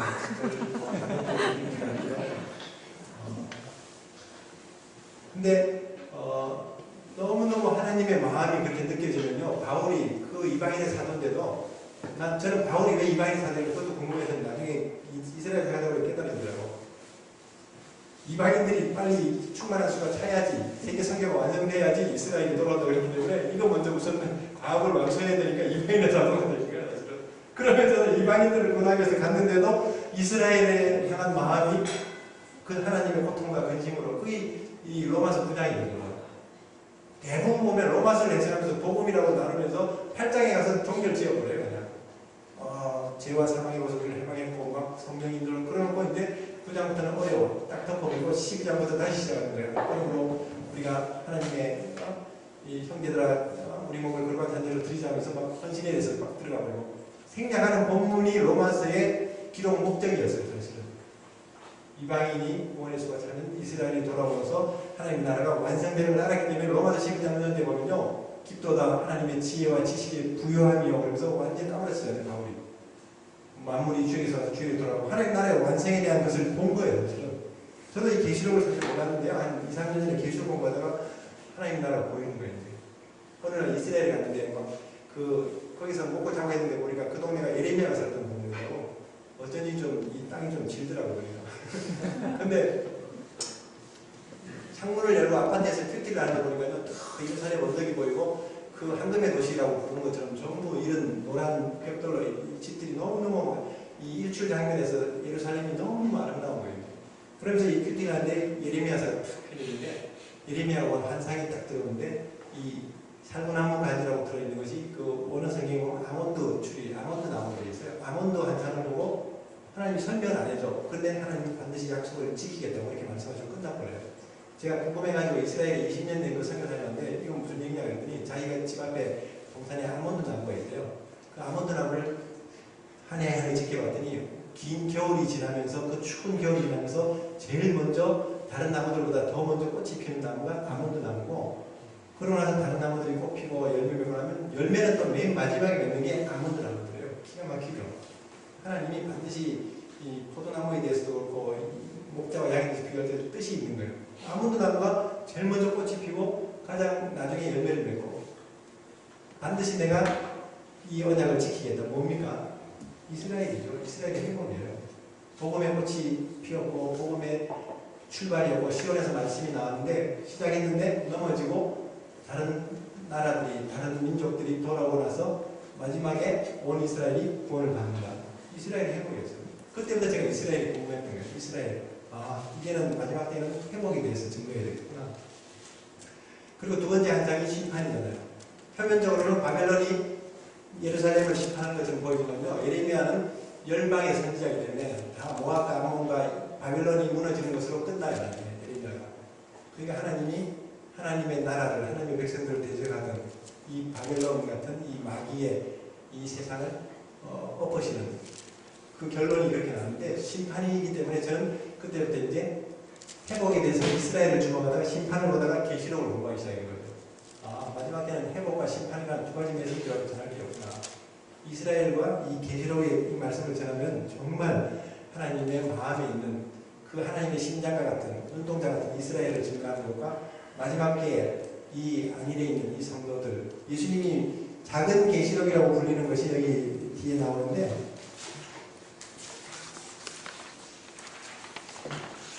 3페이지에 보면요. 맨 위에 통합 해석에 대한 키를 가르쳐주면서 작은 계시록이 세 군데 나오는데 복음서에 마태복음 24장, 마가복음 13장, 누가복음 21장 비슷하지만 조금씩 표현이 다른데요. 종말에 강합니다. 마지막 때 일어날 징조들을 제자들에게 풀어서 말씀하시는데 계시록을 함축해 놓은 거라고 합니다. 그래서 작은 계시록이라고 하는데 그 미혹을 받지 않도록 주의하라 환난이 올 것이고 적그리스도가 이제 멸망이 가능하시 거룩한 곳에 선다 성전에 이제 설 것을 얘기하고 있고 겨울에 도하나를 하라 또 도적같이 노아의 때같이 이방인가 깨어서 기도하라. 그러다가 이제 24장 끝날 때쯤 되면은 두 종에 대해서 나옵니다. 신실한 종과 거짓 종이 나오는데 때를 따라서 양식을 나눠주는 종이 진짜 종인데 계시록을 안 풀어주는 종들은 제가 볼 때는 좀 위험해요. 위험하다기보다는 약간 좀 이렇게 좀 벗어나기가 싫어나지고. 그래서 제가 이 극동방송이나 차터 가다가 이렇게 설교 듣느라 이게 요즘은 텔레비 없으니까 무슨 케이블 기독교 방송 볼리는 어렵지만 들을 설교가 그렇게 많지가 않아요. 10개 중에 하나 정도가 괜찮으니까 들을 게 별로 없는 게 너무 그냥 귀에 가려운 이런 설교를 하고 있지. 이 때에 맞는 양식을 주고 말씀은요 좌우의 날이 선 검이기 때문에 성도들을 사실은 도려내야 돼요. 말씀이.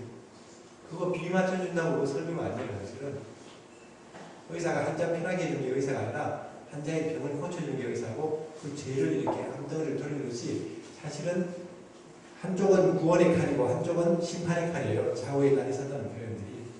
그러니까 이걸로 정말 죄를 끊어낼 것은 끊어내고요. 구원할 수 있는 메시지를 던지고 그렇게 할 줄 알아야 돼요.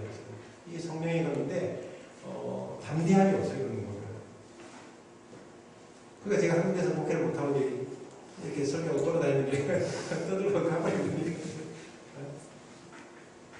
근데 이 신실한 청지기와 거짓된 이 청지기가 나오더니 25장으로 넘어가면서 세 가지 비유가 나오는데 이게 진짜 종말을 사는 성도의 신앙 사실을 가르쳐주고 있는데요. 열처녀 비유가 나오잖아요. 정말 양쪽을 나눠줍니다. 아까 우리 22장에서 읽었잖아요. 뿌리한 자는 계속 뿌리를 행하고 거룩한 자는 계속 거룩하게 된다고. 점점점 이제 벗어나기 시작합니다. 그래서 이 열처녀 비유의 뜻이 뭐냐면 깨어있으라, 준비하라는 것입니다.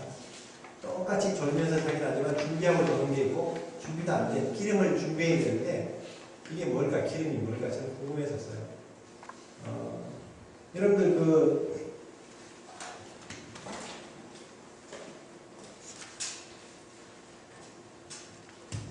겟세마네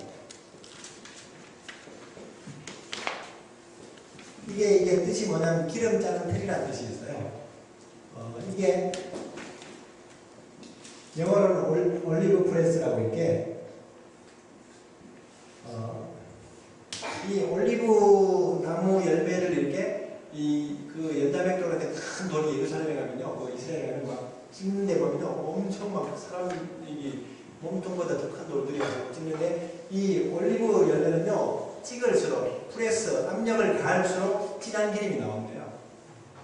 고난입니다, 고난. 저는 아무도 주석에 그렇게 안 가르치지만 저는 항상 성경을 직감으로 이렇게 읽는 생각입니다. 이 하나님의 기름을 준비하는 것이 뭔가, 주를 위한 수고가 뭔가, 그 눈물과 땀과 그 고난 가운데서도 믿음을 지키는 그 은혜들이 저는 이런 기름을 준비하는 것을 생각합니다. 그 순교자들이 피가 될 수도 있고요.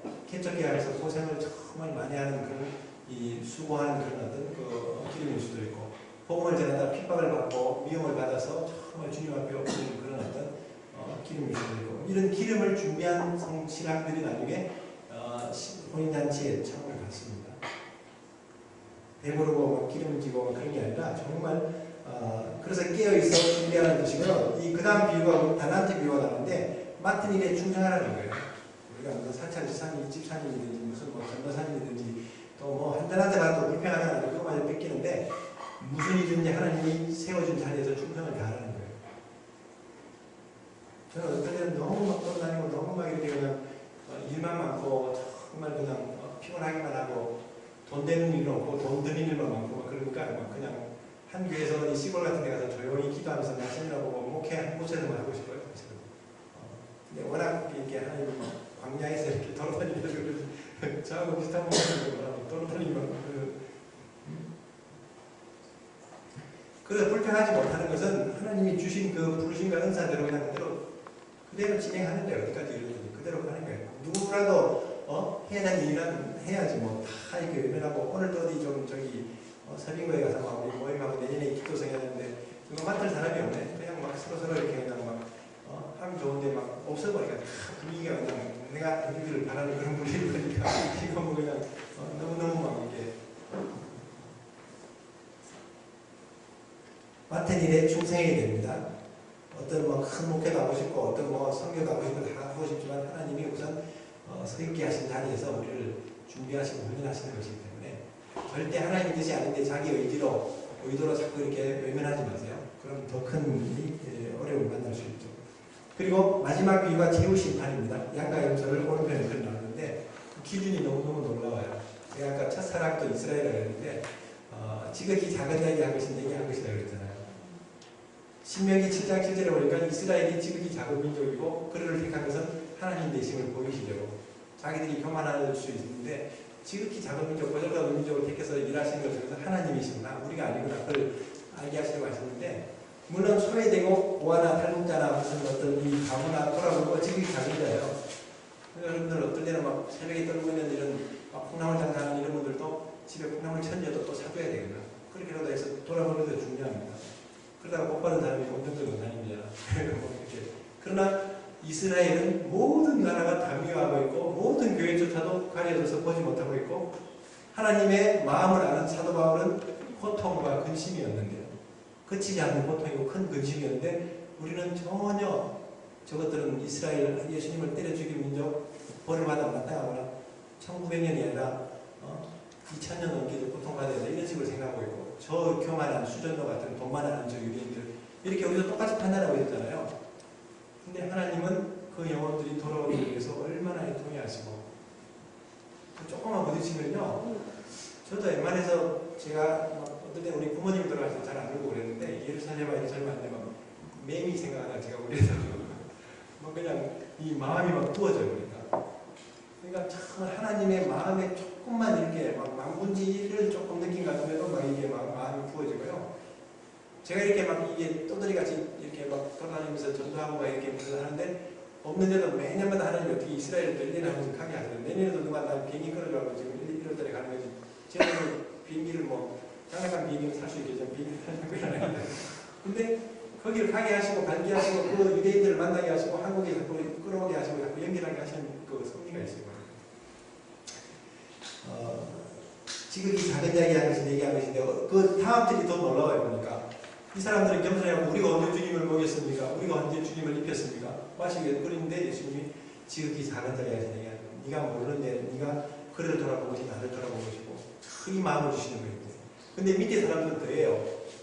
그래서 영영한 천국으로 들어가자 이렇게 해놓고 그 다음 보니까 이 독사의 자식 같은 이 마귀와 그 사자들을 제비한 이 영영한 볼에 영벌로 너희들 들어가라 그랬더니 왜 그럽니까 그랬더니 너는 나를 먹이지 않고 내가 줄 때 먹이지 않고 내가 목마를 때 마시지 않았고 내가 고통받을 때 돌아보지 않고 막 이렇게 추울 때 입히지 않고 그랬더니 우리가 언제 그랬냐고 주님 위해서 했지 않냐고 그렇게 씌우는 거예요. 완전 자세가 달라요.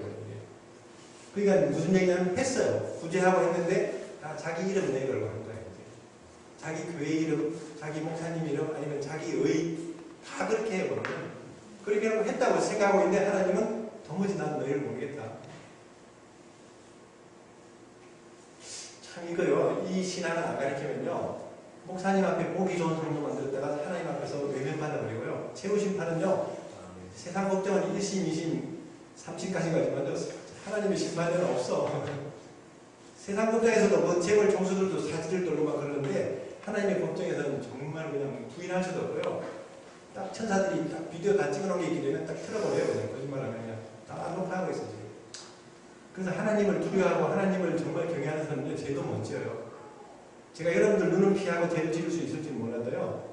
하나님을 제가 아는 이상은 하나님 앞에 죄를 못 짓는 거예요. 그러니까 정말 복음 앞에 하나님 앞에 서는 신앙을 안 만들어주면요. 정말 예배당에서는 천사인데 돌아가서는 정말 타락한 천사로 살아요.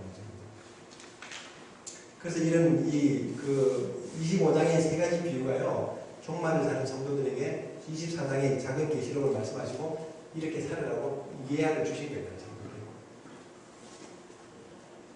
그 외에도 여기 8번에 보면 구약신약의 여러 가지 성경들 제가 이제 이건 계시록을 깨닫고 나니까 시편을 보다가도 계시록의 환난 때에 우리를 구해주시는 하나님의 사랑이 나오고 예레미야를 보다가도 이사야를 보다가도 또 요엘서, 스가랴, 하박국, 에스겔서, 로마서 이 신구약의 이 해석들이 계시록과 다 평행 공문이고 다 통합적으로 이렇게 해석해주는 너무너무 놀라요. 심지어는 제가 주기도문을 하다가도 계시록을 깨달아요. 하늘 계신 우리 아버지 이름이 거룩히 여김을 받으시고 아버지 이름이 거룩히 여김을 하다가 어디로 가냐면 에스겔서 36장을 들어요. 내 거룩한 이름을 위해서 저 이스라엘이 아니라 내 이름이 땅에 더럽혀졌기 때문에 흩어놨더니 흩어진 데마다 또 더럽히고 다니니까 내 이름 때문에 내 명예를 위해서 이 백성들을 내가 열심을 해서 끌어모은다고. 이스라엘 해보면요 하나님의 이름을 위해서 이렇게 하시는 거예요. 그러니까 아버지 이름이 거룩히 여김하시면 때 이스라엘 회복이 날 기도가 되고요. 우리 가정이 엉망진창이면 아버지 이름이 거룩히 여김하시면 하면서 가정의 회복이 하나님의 온 동네의 그 아파트에 사는데 그 집이 제일 시끄러운데 격배가 붙어 있더라고요. 하나님의 망상이 그러니까 하나님의 이름을 위해서 우리가 의의 기로 이 땅을 받는 것이지. 그래서 이런 기도, 그 다음에 뜻이 하늘에서 아까 이루어졌다 그랬죠. 성전도, 법궤도, 하나님의 형상도 다 하나님의 뜻도 하나님께 다 불복하는데 유일하게 이 인간의 마음이 만물은 다 국정한데 이 인간의 마음은 부패해가지고 순종을 안 하는 거예요. 자기 의가 더러운 똑같이 막 제약이 바람같이 몰아가는 이 인생들을 하나님이 이제 고치시려고 이렇게도 천지자도 보내보고 막 저는 아브라함 번역 공부하다가요. 지금 5분 남았는데 오늘 하다 못하면 내일 하면 되니까 아브라함 번역 공부하다 제가 깜짝 뒤지게 그랬었어요. 15장에서 아브라함이 이렇게 지나가시잖아요. 쪼갠 고기로 아브라함하고 이렇게 언제 지나가냐면요. 아브라함을 채워놓고 지나가시더라고. 그러니까 분명히 저 인간은 저거 못 지키고 저거 배신하는 걸 알아줘야지. 이스라엘이 그러면 그랬잖아요. 아브라함이 이스라엘의 조상인데.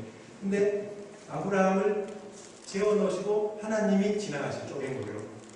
그거 반드시 언약을 안 지키면 그대로 쪼개지고 피를 흘리고 죽임당하는 것을 말하는데 하나님이 지나가셨는데 그게 예수 그리스도예요. 죽으셨잖아요. 하나님.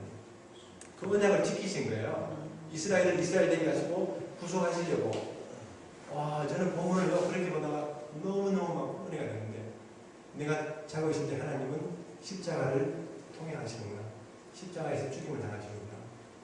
성도들은 졸고 자빠지고 재짓고 있을 때 목사님들은 강제상에서 기도하게 돼. 그 생각만 해도요, 새벽기도 나가는 거예요.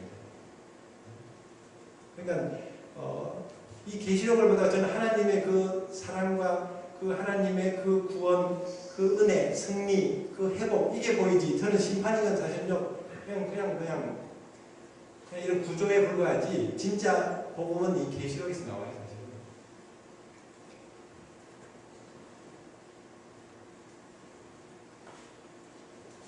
그래서 이런 통합 해석에 대한 본문들 여러분들이 아마 이제 신구약 읽어가면서 더 많이 나올 거예요. 이제.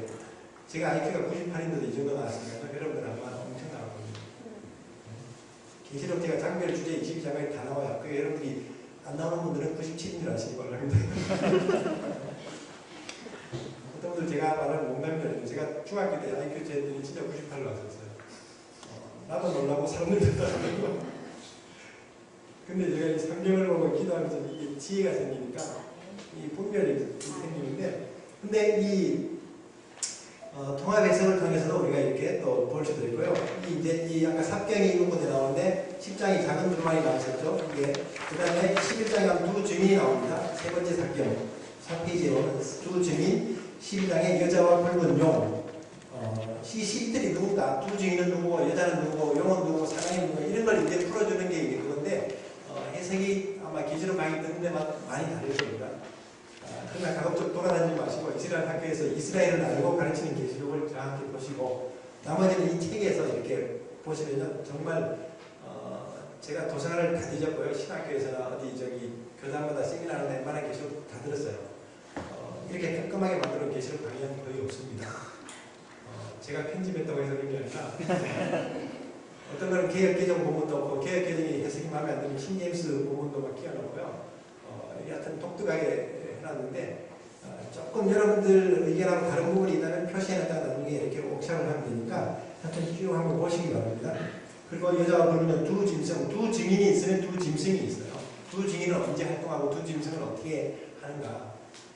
그 다음에 이 두 짐승은 왜 바다에서 나오고 어떤 사람은 태평양 바다, 인도양 바다 이렇게 해석하는 사람들인데 그런 바다가 아닌데 열방과 백성과 민족들, 언어들 그 이 민족들 가운데서 이 적그리스도에 일어났던 이 세력이 일어나는데 무적행에서 5지나 바라보는 그 짐승이 깊은 바다 시내 같은 데 오는 이 짐승이 이제 이 적그리스도의 임재예요.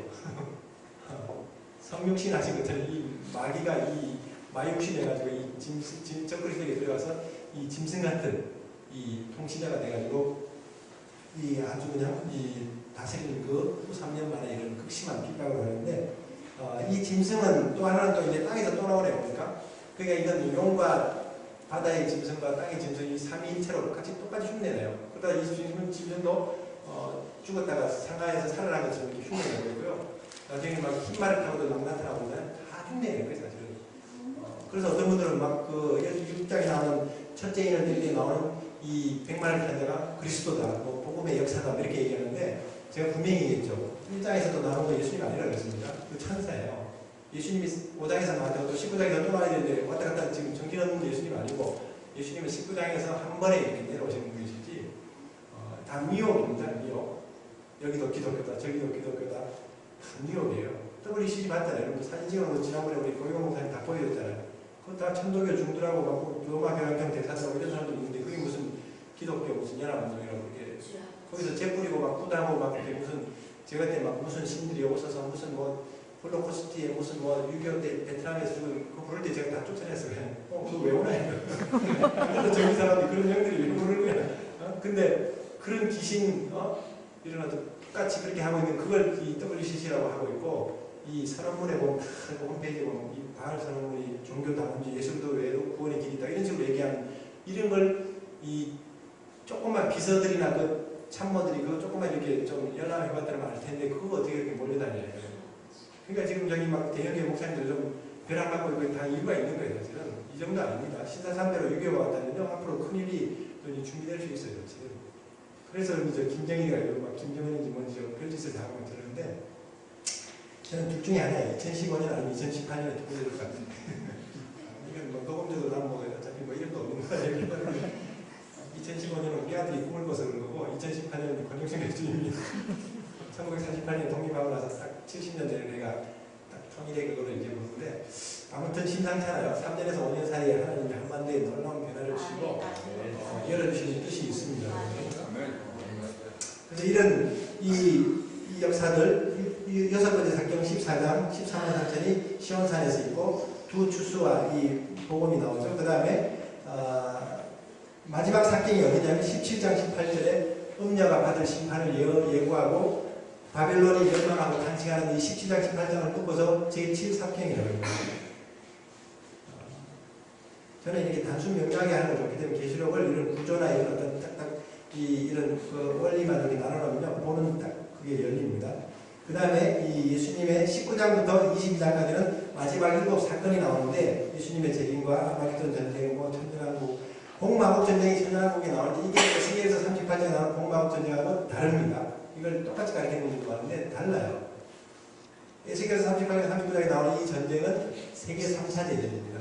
앞으로 미래 전쟁은 크게 두 가지가 있는데 10편 83편에 나오는 중동 대전쟁이 이제 예비됩니다. 이스라엘 나라를 싸고 있는 이 이집트, 시리아, 이런 이란, 이라크 이런 나라들이 이제 합쳐가지고 이제 예루살렘을 이스라엘을 지중해로 밀어버리려고 쳐들어와요. 핵무기 전쟁이 이제 일어날 수 있어요. 그러나 이스라엘이 이겨가지고 오히려 독립전쟁과 이 6.1전쟁, 용키푸르 전쟁처럼 점점 영토가 넓어지는데 그 넓어진 영토가 에덴 동산, 나중에 이 세일감성이 내려오는 그 사이즈로 회복되는데 이스라엘 국기 제가 그때 말씀드렸잖아요. 이 이스라엘 국기가 이렇게 있으면은 다윗의 별, 이 메시아의 별이 있고 이렇게 큰 라인이 두 개인데 애국 강에서부터 유브라데스 강입니다. 이 청색 라인이. 그리고 이게 하나님의 왕국, 이 천년왕국이 이루어지는 이 사이즈가 계시록의 20장 거기 세계로상승이 내려올 때 12,000 스타디움, 이 키로수로 한 사람이 2,200km 정도 되는데 정확하게 이집트의 애국 강에서부터 그 시리아의 유프라데스 강까지가 그 정확한 직선거리가 2,200km예요. 그러니까 이사야 19장도 애굽에서 시리아까지 이 이스라엘과 한 나라로 연합한다고 말씀하는데 회복될 땅인데 저는 이게 중동대 전쟁 때 점점점 이렇게 확장이 돼가지고 이게 회복되면서 하늘과 땅이 통일되려면 뭐가 맞아야 되잖아요.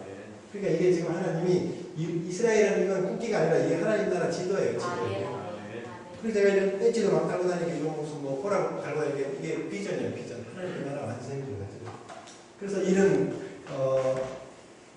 공마국 전쟁하고 분명히 다릅니다. 에스겔에서 38년 39년 전에 세계 3차 대전이고 그게 아마겟돈 전쟁까지 이어지는 그 전쟁의 이런 구조로 갑니다. 그건 나중에 내일 저녁에 이제 계시록의 심판 구조할 때 구체적으로 좀 공부를 하겠습니다. 공마국 전쟁이고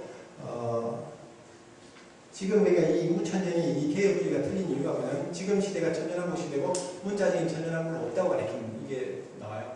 원래 우리나라 기독교가 들어올 때 이 박형용 박사님 이런 개신교 선교사들 박윤선 박사님 이 신학의 공업들은 역사적 전천연설을 가르쳤어요. 한란을 지난다고 분명히 얘기하고 한란은 예수님 오시다 그랬는데 19세기에는 그냥 의의 평화의 시대가 오고 예수님이 이 천년왕국이 20세기 이루어지고 예수님이 오시다 이렇게 가르치다가 이제 20세기가 전쟁으로 시작하니까 이게 쭉 들어가고 있어요. 후천년은 거의 요즘 안 가르치죠. 그러나 이제 후천년은 지금 교회 시대가 이 천년왕국 시대다 이렇게 가르치는데 그러면 천년왕국 시대에 마귀는 무적행에 들어가 있어야 되는데 마귀가 지금 탈출해갖고 온통 지금 난리법석을 들고 있죠. 이게 지금 벌써 이게 안 맞는 게 상식적으로.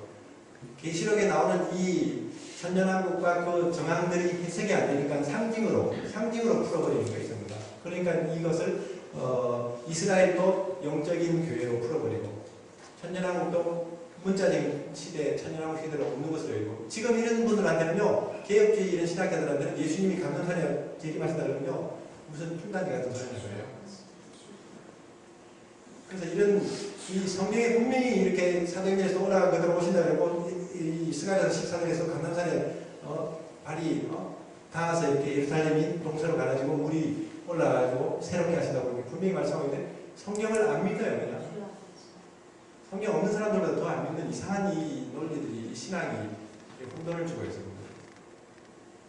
그래서 이런 이 개혁주의나 이 문천연설이 이게 사실은 이 문제가 많습니다. 천연왕국이 인정하지 않기 때문에 천연왕국의 공마복이라는 그 바다의 모래 같은 이 왕국상에 들어가지 못하고 천연왕국 시대에 나무의 수령처럼 오래 살면서 씨앗들을 많이 넣으니까 얼마나 이 종자들이 많아지겠어요. 그걸 마귀가 올라서 마지막 시위를 보이는 거예요. 이건 전쟁이라기보다는 공마복 데모나 그런 어떤 뭐 노조를 일으키다가 하늘에서 불이 내려서 탁 죽고 심판의 부활로 이제 백보자 심판에 올라가는 그 장면들을 이제 공마복 이건데 에스겔서 38장하고는 관계없는 얘기예요. 에스겔 38장은 이스라엘에 있는 재물을 탐하기 위해서 러시아나 이런 터키나 이디오피아나 열국의 열강들이 쳐들어와서 이 중동 전쟁으로도 이제 안 되니까 세계 열강들이 이스라엘이 지금 그 신문에 얼마 전에 나왔었죠. 지중해 천연가스 남부 지역에 석유 엄청난 부자 나라가 돼요. 달러는 급락하고 있는데 세계는 계속 지금 이렇게 막 이제 그래서 여러분들 달러는 이제 휴지가 되는데 저 세계를 사야 돼요. 세계를. 그게 진짜 이제 앞으로 그러니까 6째 인이 이렇게 막 열리면서 이 6째 인이 아니구나. 저기 그 기근이 몇째 인에서 나오죠?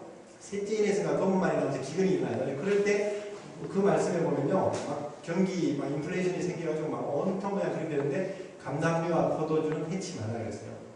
이스라엘 경제는 계속 일어나요. 세계 경제는 무너집니다. 이런 걸 볼 때 하나님은 분명히 계시록에서 다 이렇게 앞으로 될 일들을 힌트를 주고 예고하고 계신 걸 볼 수 있어요. 그게 이제 종말에 대한 부분인데 시간이 가기 때문에 종말은 조금 정리 다음 주에 하고 그 다음에 계시록의 심판 구조 내일 하나님의 나라 그런 내용들을 하고 조금 시간이 남으면 이제 아까 삽경에 대한 부분들 두 증인이 뭐 주증인 이런 거 들어간 건데 좀 더 궁금한 분들은 이 책 제가 그냥 이거 원가로 이렇게 보낼 테니까 7,000원에 꼭 사가시고 제가 한 15번밖에 안 나왔는데 선착순으로 사가시고 뭐 돈은 뭐 이번 주에 주셔도 되고 내일 주셔도 되고 만들어 주셔도 되니까 꼭 가서 보시고 여기 있는 홈페이지에 들어가시면 이 정상적인 강의 10강의가 잘 녹화되어 있으면 그렇게 보실 수 있습니다. 7, 8분 기다리겠지만 혹시 질문 있으신가요?